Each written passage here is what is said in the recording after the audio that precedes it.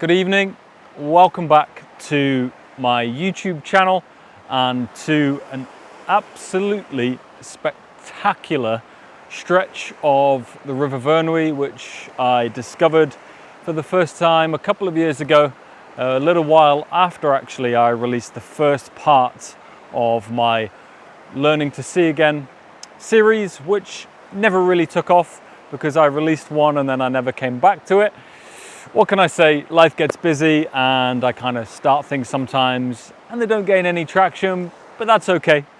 I'm back now and I have plans this year to commit, let's say, to the production of some more educational videos where I take you out to beautiful spaces such as this one and I introduce you to my way of seeing the world. So today we have some glorious light for the first time in, well, what feels like months and months and months. I'm sure it's not. I'm sure we've had little glimpses of sunlight over the past few weeks, but it does feel like this winter's been long and dark. And I woke up with a burst of energy when I saw the sun shining today, and I went outdoors and I did a little bit of meditation out in nature, and I sat in a pose and just enjoyed being kissed and held by the sun. And I received a little bit of a spark of inspiration to come outdoors and make some new videos. So here I am. Like I said, I have this beautiful, beautiful stretch of river which I've explored, extensively now over the past few years, and I have my eyes on a few compositions which I think really have a lot of potential to be followed through the seasons, and hopefully as the leaves start emerging over the next few months, I hope some of those compositions will look really, really beautiful. So the first one, without further ado, well, it's over my shoulder here, and we have these mossy old trees just overhanging here, beautifully backlit by the sun, which is in a perfect position at the moment. We have moss all over these rocks here, and this cascading stretch of the river just cascading through the frame there. So I will take you to the back of the screen now and share a few of my thoughts around how I'd like to compose this frame. So here we have composition number one of today, and probably of, well, the next few months when I return. I'll be looking to photograph this again through the seasons, because I'm sure if you're anything like me right now, you're visualizing what these overhanging branches would be looking like, full of lime green, yellow, fluorescent leaves, especially with this light coming in from behind.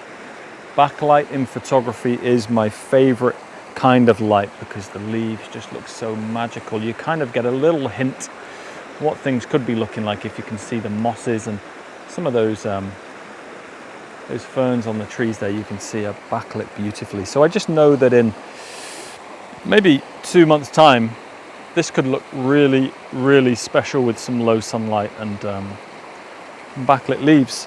So what I'm conscious of here is being really careful to kind of place to kind of balance the weight of this moss down here in the bottom left of the frame with the weight of the river over on the right. So balance plays a key part here. I want to keep this this composition evenly balanced as I do in all of my photos. What I'm also looking at is the movement of these trees. So you can see they're all moving, although they have a flow to them from left to right. So that's why I've composed it this way. Firstly, for the weight of the water and the mosses, but also to give those trees some space to move into. Something I'm always careful of when photographing towards the light is the lens flare. You can see just in the middle of the frame here, because the sun is coming in down here. It has created some lens flare. You can see a little bit down here as well. So when it comes to taking the photo, I just very carefully sometimes place my hand just to eliminate the worst of the flare. Sometimes it can be nice just to have a little bit of an effect where you pick up a little bit of the glow. So you've got to be really careful with how you place your hand, because too low, obviously your hand comes in, but it also kind of darkens the image and loses that kind of magical glow which you can see here. But then too much, then you get the red and the green kind of lens flare creeping in. So some kind of middle ground is generally quite nice. So one thing I'm conscious of is the point of focus. I'd like to focus here, probably at around f11, maybe f16 if needs be. The problem being, if I were to focus here, which is where I was to begin with, then I'll end up with some out of focus parts here in the foreground, which I don't really want in this frame. I like the textures of the mosses and the rocks in the foreground. I want to maintain that quality.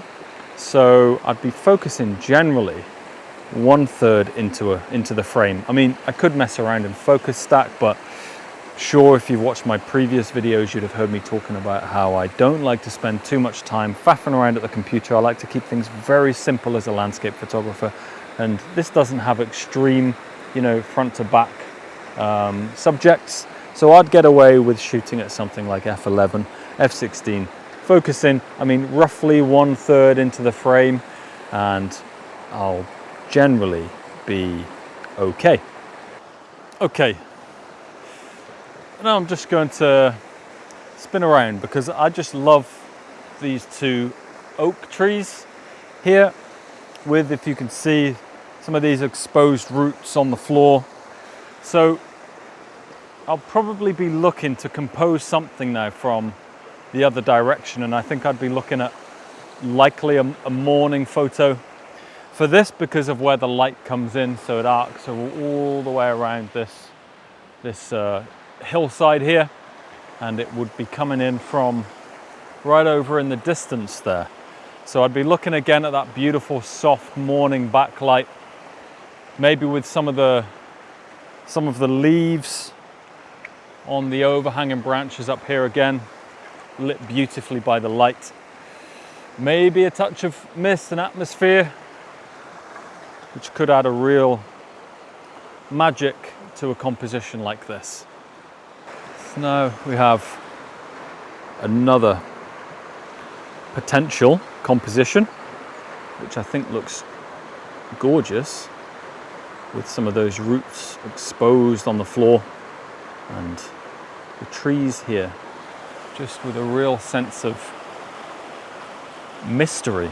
We can't quite see above, we can't see their crown, we just get the base of the trees, so we don't quite know where they're going, which I think adds a beauty, because it adds a sense of wonder and engages some imagination.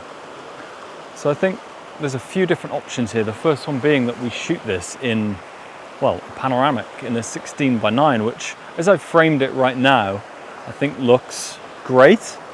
I like the kind of contrasting shapes here between that exposed rock and this tree. And I like that this tree just kind of complements them as they're kind of converging in different directions. So this is one potential composition, and I think actually looking at it, the more I look at this, the more I like it. I haven't photographed this before, to be quite honest. It hasn't even appealed to me as a photograph before, which is why I love returning to locations after a little bit of time away, because I see things through new eyes. New things come to my attention. One thing I'm just looking at now actually are the trees just on this rock here, and do I like them in the frame? Well, one thing I'm looking at now at this time is that the sky is now visible, which adds just a bit too much of a bright white section, just drawing the eyes too much to the background. So in landscape photography, it's often about trade-offs, and sometimes you have to lose one subject to tell the story that you intend to tell. So in this case, I think something like this would be great.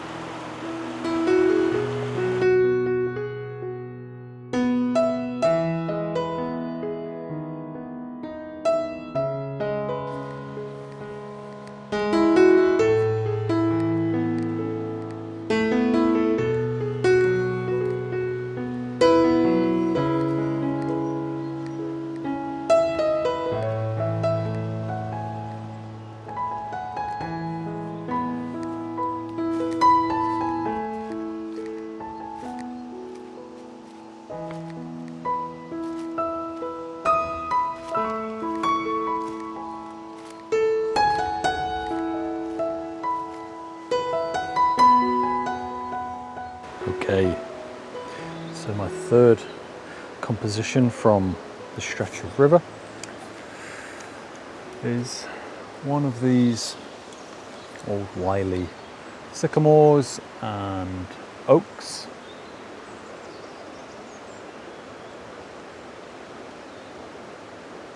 This one is all about the fine tuning, the tripod height, the focal length, which making sure I include enough of the moss beneath, but not so much that it gets dominated, if you see, by this rock, which would then take away from the beauty of the river and of these shapely trees.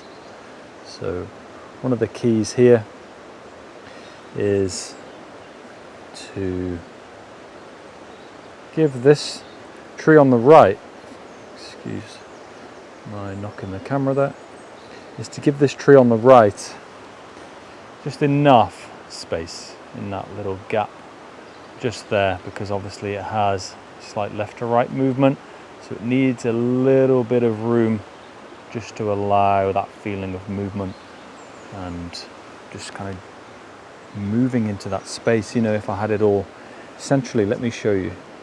If I had those centrally, to me now that just looks a little bit weighted. So although, you know, these trees are nicely kind of situated in the middle of the frame, to me, because of the weight of this tree off to the right here, that just looks a little off balance now, as opposed to something like this. What, maybe there. Yeah, that looks a little bit more pleasing to my eyes now. So something around there looks good to my eyes. What I also like is this rock just down in the water there, and I'm at 16:9. I'm in a 16:9 ratio now. This would actually be better served in a 3:2. So when I take this final frame, I'll be in a 3:2, and that will give me a little bit more in frame, top to bottom there.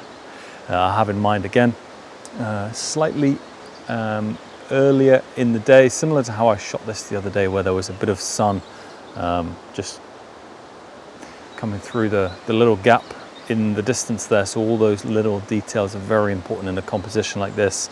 Sun placement, weight of the frame, allowing things there, space to move and breathe.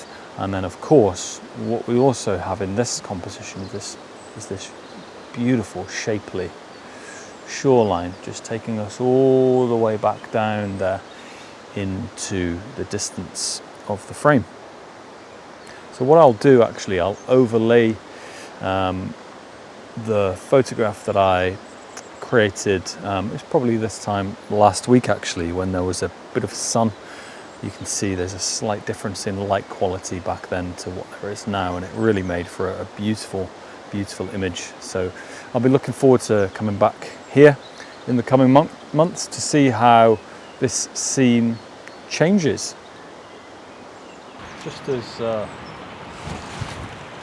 filming, gravitating to the shoreline down here, and I spotted something that I think has real potential getting a little closer now to these trees and really focusing in on some of these foreground details. So I just traded out the 24 to 105 lens for the 16 to 35, and this has really added a lot to the composition. I think this looks absolutely beautiful, and I'm really looking forward to seeing how this evolves in the coming months, given that the branch just reaching out here, I think it's a sycamore, is going to be dressed in a spring coat soon, which I think will add a lot to this composition, especially with it sitting perfectly in that water there. So I've set my camera up at f11, ISO I think 400, and a shutter speed to suit. I've bracketed, so I've taken 3 exposures and I've used the inbuilt bracketing in my camera to create one underexposed, one what the camera thinks is a good exposure, and one a little bit overexposed, just to pick up some of the shadow detail in here. So shooting towards the light in this situation, you do find that, you know, there's some high contrast because of the where the light is situated. So yeah, bracketing is good in this instance. It's not something I always do, but sometimes occasionally I will.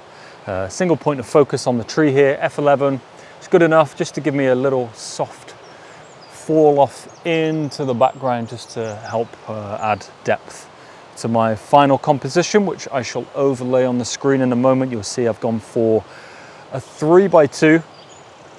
At least I think I have. I'm going to take a 16:9 as well, because I do really love this aspect ratio at this stretch of river. I think it really lends itself well because of how wide this gorge is.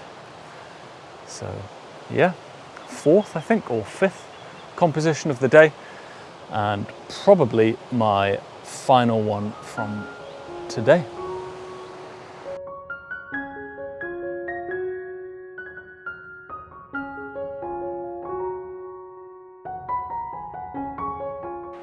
Thank you very much, ladies and gentlemen, for joining me on today's adventure to the River Vyrnwy in mid-Wales. I hope you have taken something valuable from this video, and I am making a commitment now on screen that I'm going to be more consistent with my YouTube channel this year. I'm going to make 2026 the year that I revamp my channel and bring more educational, inspirational and insightful videos about the art of photography to you. If you've enjoyed the video, please subscribe, leave me a comment, drop me a like, let me know of ways that I could make this video even better. Let me know what you enjoyed, if you enjoyed anything. Until next time, thank you very much, and I'll see you then.